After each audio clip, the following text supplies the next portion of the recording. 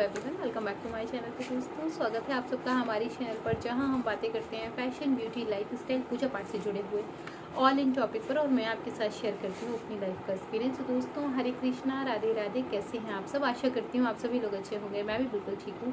और आज मैं आपके साथ हरतालिका तीज पूजा विधि शेयर करने जा रही हूँ कि कैसे हम व्रत करते हैं और क्या विशेष है पूजा का विधान। तो देखिए, अगर आपको डीप में देखना हो तो मैंने ये पूजा करके दिखाई है। प्लीज़ आप उस वीडियो को ज़रूर चेक करिएगा।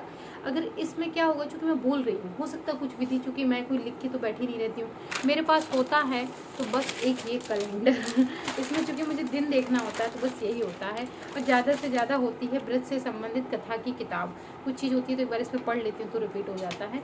तो आप उस वीडियो को देखेंगे ना, तो मैंने उसमें करके दिखाया हुआ, तो आप उसे देखेंगे तो आपकी कोई चीज़ छूटेगी नहीं। व्रत पूजा पाठ जब भी करिए पूरी श्रद्धा, शक्ति और मन के साथ करिए, कोई चीज़ छूटे ना, है ना। मतलब जितना भी हो कोई बात नहीं, थोड़ा हो रहा थोड़ा ही करिए, लेकिन जितना भी हो रहा वो बढ़िया से करिए। मेरा कहने का मतलब ये है। तो इस वर्ष 2023 में जो है वो 18 तारीख को दिन रहेगा सोमवार, 18 सितंबर को हरतालिका तीज हम लोग मनाएंगे। और सोमवार को चूँकि हरतालिका तीज पड़ रही है, ये बेहद शुभ है, क्योंकि सोमवार का दिन जो है वो भगवान शिव को समर्पित है। ठीक है, तो इसलिए तो कैसे करेंगे पूजा बताऊँ। तो हमारी माताएं बहनाएं जो पहले से करती चली आ रही हैं या जो पहली बार कर रही हैं उनके लिए विशेष है। तो आप हरतालिका तीज के जो व्रत है उनका नियम हम एक दिन पहले से ही शुरू करते हैं। ठीक है ना, जिस दिन तिथि शुरू हो जाती है उसी दिन से रात्रि से हमारे व्रत का नियम शुरू हो जाता है। तो इस व्रत को हम आहार और निराजल करते हैं। ठीक है, सुबह में उठ जाएं, जल्दी उठ जाएं, स्नान इत्यादि कर लें, सूर्य देव को अर्घ्य दे दें। मंदिर में जो हम अपनी दैनिक पूजा करते हैं वो समस्त पूजा कर लें। अब पूजा करने के बाद अपने हरतालिका तीज व्रत का संकल्प ले लें। एक रुमाल में चावल रख लें, सिपाड़ी रख लें, चाहे फूल रख लें, चाहे एक सिक्का लिख लें, और कहते हुए कि भगवान आज हमारे हरतालिका तीज के व्रत का जो है मैं संकल्प लेती हूँ और मुझे आशीर्वाद दें और मेरे साथ रहें, ताकि मैं पूरी श्रद्धा, शक्ति, भक्ति, तन मन के साथ अपने इस व्रत को रख सकें। और इसकी आप गांठ बना लें। कुछ महिलाएं हमारी जो बुजुर्ग होती थी वो साड़ी के पल्लू में ही बांध लेती थी, ताकि वो जब भी अपने संकल्प को देखें तो उन्हें याद आ जाए कि उनका व्रत है, तो वो गलती से कुछ खाए ना। ठीक है, उसके बाद आपके जो दैनिक कार्य हैं, घर के आपके सारे कार्य आप कर लें। क्योंकि जो हरतालिका तीज के व्रत का जो पूजन शुरू होता है वो रात्रि से शुरू होता है, प्रदोष काल से शुरू होता है, पूरी रात्रि चलता है, ब्रह्म मुहूर्त तक की पूजन चलता है। 4 पहर की विशेष पूजा इसमें होती है। ठीक है, इसमें जब हम शाम की पूजा करेंगे प्रदोष काल की, तो वो बहुत महत्वपूर्ण होती है, उसे हम बहुत पूरे उसके साथ करते हैं। फिर दोपहर में हम सिर्फ जो है, जो रात्रि के दोपहर उसमें होम करते हैं, भोग लगाते हैं, आरती दिखाते हैं। और फिर जो रात में हम अंतिम पहर की करते हैं उसे हम विधान के साथ करते हैं। तो कैसे? सर्वप्रथम आप एक चौकी लगा लें।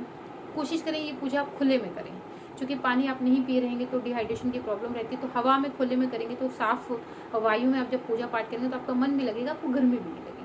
किसी कारणवश नहीं कर पा रहे तो अंदर कर सकते हैं, कोई प्रॉब्लम नहीं है। एक चौकी लगा लें, चारों तरफ जो है वो केले के पत्ते बांध के खम्भ टाइप का तैयार कर लें, और उसके नीचे एक कपड़ा बिछा के उस पर एक अष्टदल कमल बना लें।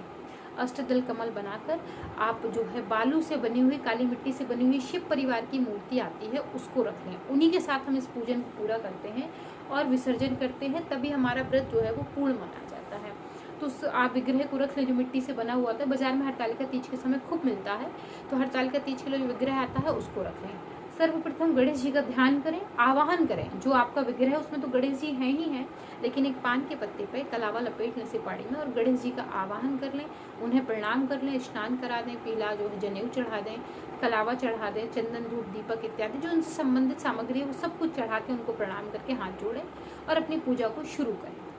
अपने आप को अच्छे से साफ सुथरा रख लें। शाम में आपका जो भी पूजन में भोजन आपका लगना है, जैसे बहुत सारे लोग गुलगुले बनाते हैं, खुरमे बनाते हैं, पपड़ी बनाते हैं, बहुत सारी भिन्न भिन्न चीज़ें बनाते हैं, सब्जी, पूड़ी, खीर, हलवा सब बनता है, लेकिन सात्विक बनता है, प्याज लहसुन नहीं पड़ता, इसका ध्यान रखिएगा।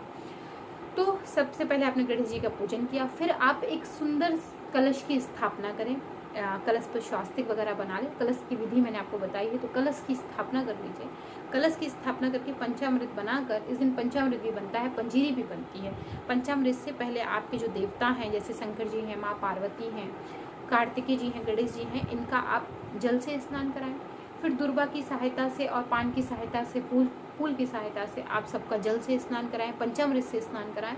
और फिर उसके बाद अपनी पूजा को प्रारंभ करें। जैसे कि भगवान शिव को सफ़ेद चंदन लगाएं, सफ़ेद जनेऊ पहनाएं, माँ गौरी को कुमकुम लगाएं, चंदन लगाएं, सिंदूर चढ़ाएं, श्रृंगार की सामग्री अर्पित करें, चुन्नी चढ़ाएं, वस्त्र अर्पित करें। पीले पीले ब्लाउज के कपड़े आते हैं, लाल पीले सफ़ेद कट पीस के जो कपड़े होते हैं वो लेकर आएँ, वो सभी देवी देवताओं को चढ़ाएं।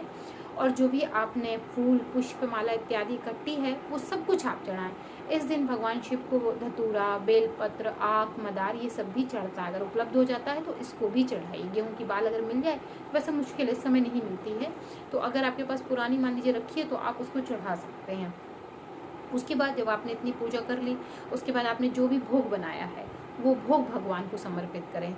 और उसके बाद आप अपनी चुन्नी जरूर पहने रहें, 16 श्रृंगार कर लीजिए। अपनी शादी का गठजोड़ा है तो वो ले लीजिए, नहीं तो जो शादी की चुन्नी है वो ले लीजिए। सिंदूरा से गणेश जी को, माँ गौरी को आप जो है वो सिंदूर चढ़ा दीजिए।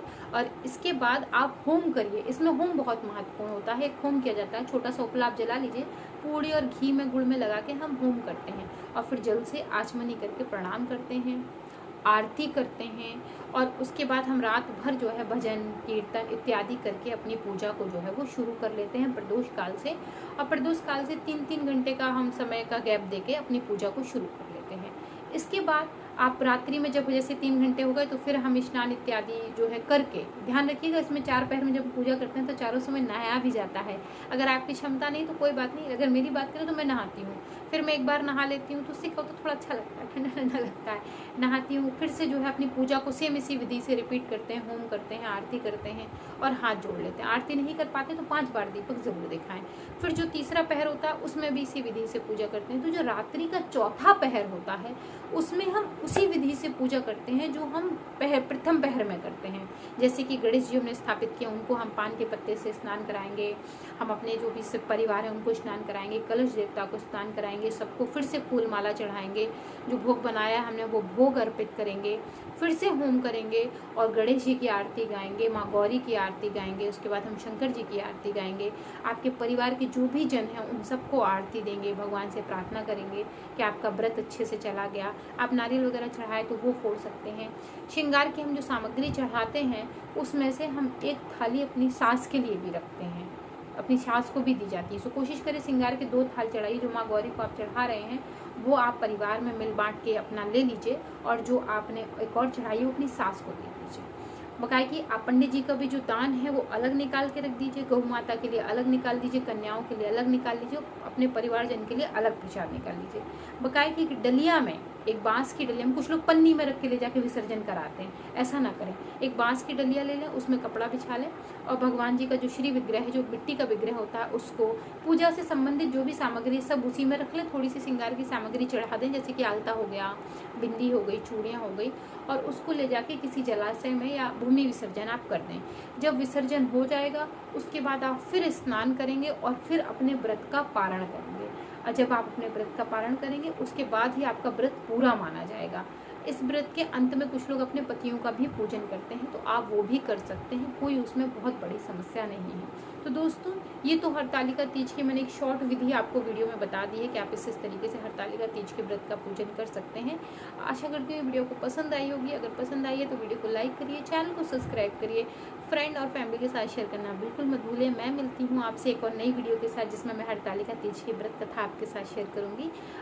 तो अगर आप कथा सुनना चाहते हैं तो ज़रूर हमारे चैनल को सब्सक्राइब कर लीजिए। आपने अगर हमें इंस्टाग्राम पर ज्वाइन नहीं किया तो आप मुझे वहाँ पर भी ज्वाइन कर सकते हैं, मैं वहाँ पर लेटेस्ट वीडियो शेयर करती रहती हूँ। तो मैं मिलती हूँ एक और नई वीडियो के साथ, तब तक के लिए अपना ध्यान रखिए। कौन कौन हरतालिका तीज का व्रत करता है ये भी मुझे बताइए। हमारे यहाँ हरियाली तीज का व्रत नहीं होता, हम लोग कजरी तीज यानी कि बड़ी तीज का व्रत करते हैं। हरतालिका तीज का व्रत मैं करती हूँ। बहुत सारे लोग कहते हैं दीदी आप इतनी पतली थी, आप कर लेती हैं? हाँ मैं कर लेती हूँ, आदत है। और इनफैक्ट मैं अपनी शादी के बहुत पहले से व्रत करती आ रही हूँ। मैंने शादी में शुरू नहीं किया, ये व्रत मेरी शादी से बहुत साल पहले चल रहा है।